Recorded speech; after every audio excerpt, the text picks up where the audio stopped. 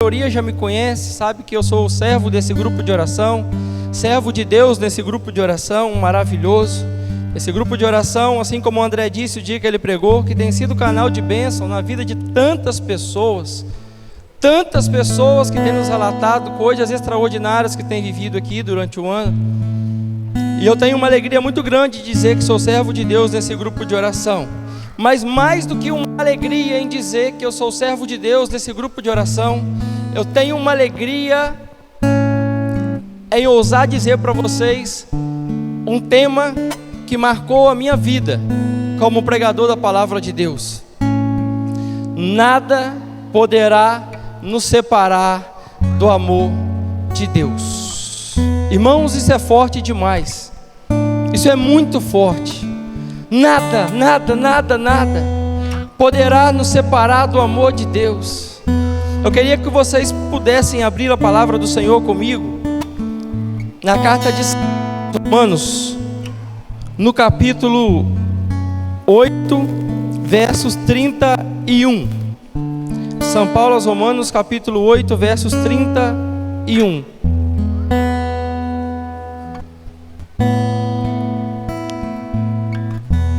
Amém? Todos? Carta de Paulo aos Romanos, capítulo 8, versos 31.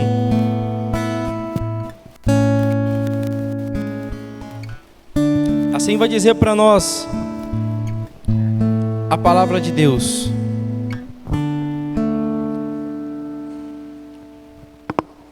Que diremos depois disso? Se Deus é por nós, quem será contra nós? Aquele que não poupou o seu próprio filho, mas que por todos nós o entregou, como não nos dará também com ele todas as coisas? Quem poderia acusar os escolhidos de Deus? É Deus quem os justifica. Quem os condenaria? Cristo Jesus, que morreu, ou melhor, que ressuscitou, que está à mão direita de Deus, é quem intercede por nós. Quem nos separará do amor de Cristo? A tribulação, a angústia, a perseguição, a fome, a nudez, o perigo, a espada? Realmente está escrito: por amor de ti, somos entregues à morte o dia inteiro. Somos tratados como gado destinado ao matadouro. Mas em todas essas coisas somos mais que vencedores pela virtude daquele que nos amou. Pois estou persuadido de que nem a morte, nem a vida, nem os anjos, nem os principados, nem o presente, nem o futuro, nem as potestades, nem as alturas, nem um abismo, nem outra e qualquer criatura nos poderá nos apartar do amor de Deus, que nos testemunha em Jesus Cristo, nosso Senhor. Palavras do Senhor. Irmãos, prestem atenção nesta escritura, talvez uma das mais belas escrituras da Bíblia. Paulo, ele estava em Corinto, amando de Deus. Paulo não estava em Roma quando ele escreve esta carta aos Romanos. É a terceira carta que Paulo envia para Roma, porque nas duas primeiras cartas o Senhor tinha dado uma ordem para Paulo: você vai enviar cartas a Roma a fim de formar cristãos de verdade na província romana. O Senhor tinha dado uma ordem a Paulo: você vai fazer com que Roma reconheça que eu sou o Senhor. Mas na terceira passagem, na terceira carta, não. Paulo, ele está na comunidade de Corinto. A palavra de Deus não vai dizer, mas a igreja nos ensina que o seu coração, ele se enche do Espírito Santo, e Paulo resolve escrever essa terceira carta para a comunidade de Roma. Mas nessa terceira carta, Paulo não quer repreender o povo. Nessa terceira carta, Paulo ele não quer chamar a atenção do povo romano, pelo contrário, Paulo ele sabia que ele não voltaria mais em Roma, porque o seu estado de vida já era avançado. Era a última vez que Paulo estava tendo a oportunidade de escrever para aqueles que ele havia formado em Roma. Então Paulo ele faz uma declaração para o povo de Roma, e nessa declaração, irmãos, ele coloca toda a sua vida ministerial. Sabe por quê? Porque Paulo estava em Corinto, mas fazendo uma reflexão desde o início da sua caminhada. Todos nós sabemos, e Atos capítulo 9 vai dizer que Paulo era Saulo, perseguidor de cristãos. Um homem que perseguia cristãos, que caluniava cristãos, um homem que não tinha compromisso pelo Evangelho, teve a sua vida mudada por esse amor, teve a sua vida totalmente transformada por essa unção, por esse chamado. Quando ele está em Corinto, escrevendo essa terceira carta para o povo de Roma, ele faz uma reflexão da sua metanoia, da sua mudança de vida, da sua transformação e de tudo aquilo que ele havia passado pela causa de Cristo. Quando Paulo está em Corinto, irmãos, ele já havia sido perseguido por testemunhar o Evangelho. Quando Paulo está em Corinto, ele já havia sido preso por testemunhar o Evangelho. Quando Paulo está em Corinto escrevendo para Roma, ele já havia sido caluniado e negado pelo exército romano, da qual ele era general. Paulo ele havia passado por tantas tribulações, porque ele escolheu a causa de Cristo, que ao escrever para Roma, da qual aqueles ele já formou, ele faz essa declaração para o povo romano. E na declaração ele vai dizer: que diremos depois disso? Se Deus é por nós, quem será contra nós?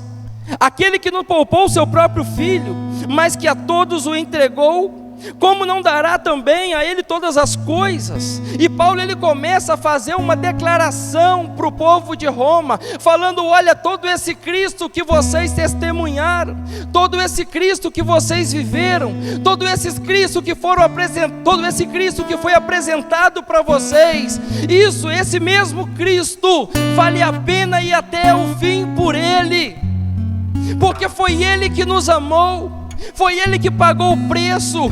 E Paulo ele tem uma preocupação nessa carta com o povo de Roma, porque assim como Paulo ele faz uma reflexão da sua vida missionária, Paulo queria dar uma segurança de amor para aquela comunidade romana.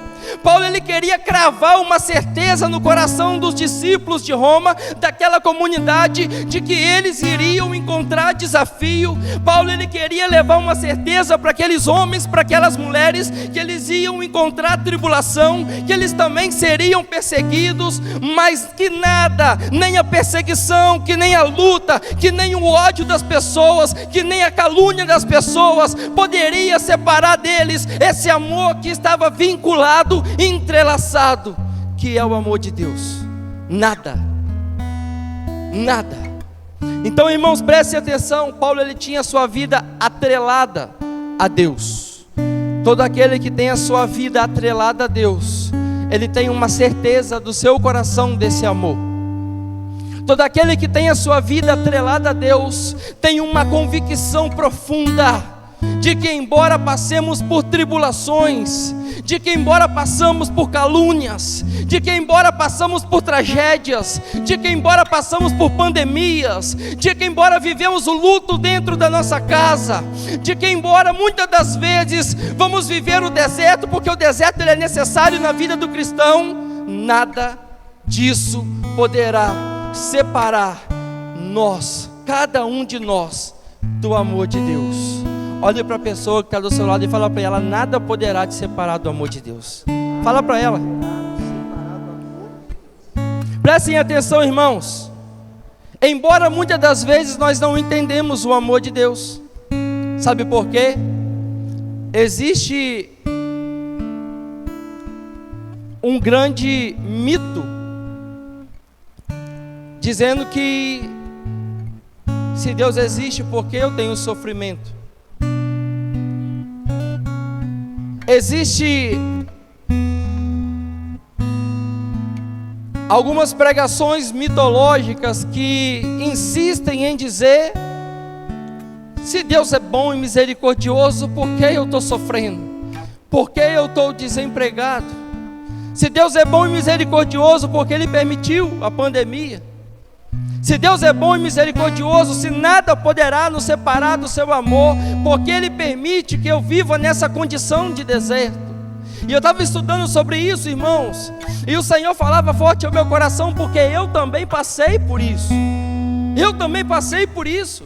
Se nós pegarmos a palavra de Deus em Eclesiástico, no capítulo 2, versículo de 1 a 7, o sábio que escreveu o livro de Eclesiástico, ele vai afirmar esse porquê para nós. Ele vai nos dar um conceito desse porquê, da qual ele diz: todo aquele que entrares para o serviço de Deus, prepara a tua alma para a provação, prepara a tua alma para a perseguição, prepara a tua alma para viver os desafios que o apóstolo Paulo viveu. Mas depois ele vai falar: porque o ouro é provado pelo fogo, mas os filhos agradáveis a Deus são provados pela tribulação. São na tribulação que nós entendemos o tamanho desse amor, na tribulação que nós entendemos o tamanho da nossa limitação, é no deserto que nós entendemos esse conceito desse amor de Deus, essa pureza desse amor de Deus. É quando nós não temos força que o Senhor age, irmãos, porque foi assim desde o início da Escritura até o final da Escritura. Quando o Senhor fala para Josué, em Josué capítulo 1, ser firme e corajoso, porque eu vou estar contigo. Isso é uma declaração de amor para Josué. Quando o Senhor fala para Isaías 43, olha, Isaías, eu sei que você está cansado da missão, eu sei que muitas das vezes o povo de Israel é um povo duro, de cabeça dura, de coração duro, mas eu te amo, eu te aprecio, tu és meu, eu dou a Etiópia por ti, Sabá em compensação. É uma declaração do amor, do coração de Deus para Isaías. E assim o Senhor continua narrando declarações e declarações de amor em toda a Sagrada Escritura, irmãos. Porque em todas as declarações há uma só certeza: nada poderá nos separar desse amor de Deus. Santa Faustina vai dizer que a tristeza, ela não terá lugar no coração de um cristão que ama a Deus e que se deixa ser amado por Ele. Vou repetir: a tristeza, ela não terá lugar no coração de quem ama Deus e se deixa ser amado por Deus. Como está o teu coração? Como está o teu coração? Santa Faustina, ela diz e afirma que se o nosso coração está em Deus, Ele está apto a provar desse amor. Mas se o nosso coração está longe de Deus, nós estamos correndo um sério risco de nos afundarmos em uma depressão, de nos afundarmos do mal do século, que é uma crise de ansiedade. Santa Faustina, ela está dizendo: olha, se o seu coração está em Deus, você começa a provar o amor de Deus, a sua vida está entrelaçada ao amor de Deus. Mas se o seu coração não está em Deus, você está exposto a amores que o mundo irá oferecer. Entendemos isso, igreja, nesta noite? Porque há um mal do século nesse tempo, que é a depressão e a ansiedade. E na depressão e na ansiedade nós vemos pessoas que buscam respostas em lugares que não vão encontrar. Na depressão, na ansiedade, há pessoas que buscam resposta em lugares que não irão encontrar. Se nada e ninguém irá nos separar desse amor de Deus, irmãos, a certeza que a nossa resposta, ela está em Deus.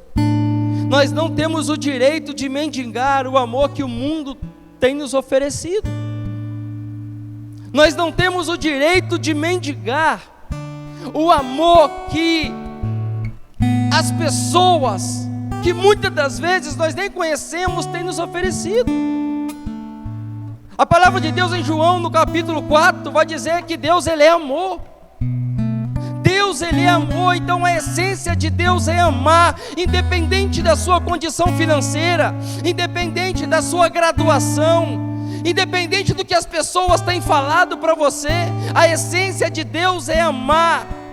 Nós não temos o direito de mendigar o amor aqui nessa terra, que somente Deus pode preencher, e somente Deus vai preencher. Quando o André, ele conduzia, Deus ia me dando essa experiência que o apóstolo Paulo teve, e nós vamos ter essa experiência aqui.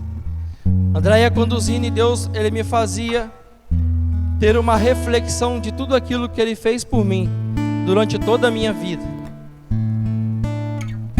Nós somos muitas das vezes um povo ingrato a Deus, porque quando o Senhor, Ele me fazia ter uma reflexão de tudo aquilo que eu já vivi na minha vida, tudo aquilo que eu passei, o meu coração se encheu de alegria, porque a maior certeza de que Deus me ama é a condição de vida que Ele me deu, e essa não é condição financeira, é a condição espiritual. É eu olhar para as minhas filhas, olhar para a minha casa, olhar para as coisas mínimas, os pequenos detalhes que o Senhor fez por mim. Às vezes, irmãos, nós nos apegamos muito no julgamento das pessoas para com a nossa vida. Às vezes nós damos muito crédito ao julgamento moral das pessoas para conosco, e esquecemos que há um juiz que nos ama, esquecemos que há um soberano que nos ama, esquecemos que a essência de Deus em amor, independente do que as pessoas vão falar, Ele vai continuar amando, amando, amando, amando, amando. E eu gostaria que nós pudéssemos viver essa experiência nesta noite, a experiência de fazer uma reflexão.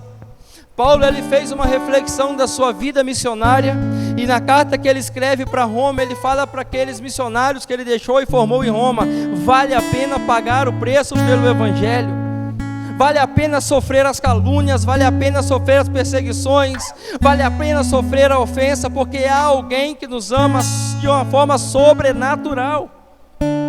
E eu estou dizendo isso aqui para a igreja Santa Rita de Cássia, grupo de oração Santa Rita de Cássia. Vale a pena ser de Deus, vale a pena testemunhar Jesus como Senhor, vale a pena olhar no simples detalhe da vida e entender o quanto Jesus tem amado, vale a pena olhar para trás e entender como nós éramos enquanto pagãos, enquanto descrentes, e quanto nós somos hoje como filhos amados e escolhidos de Deus.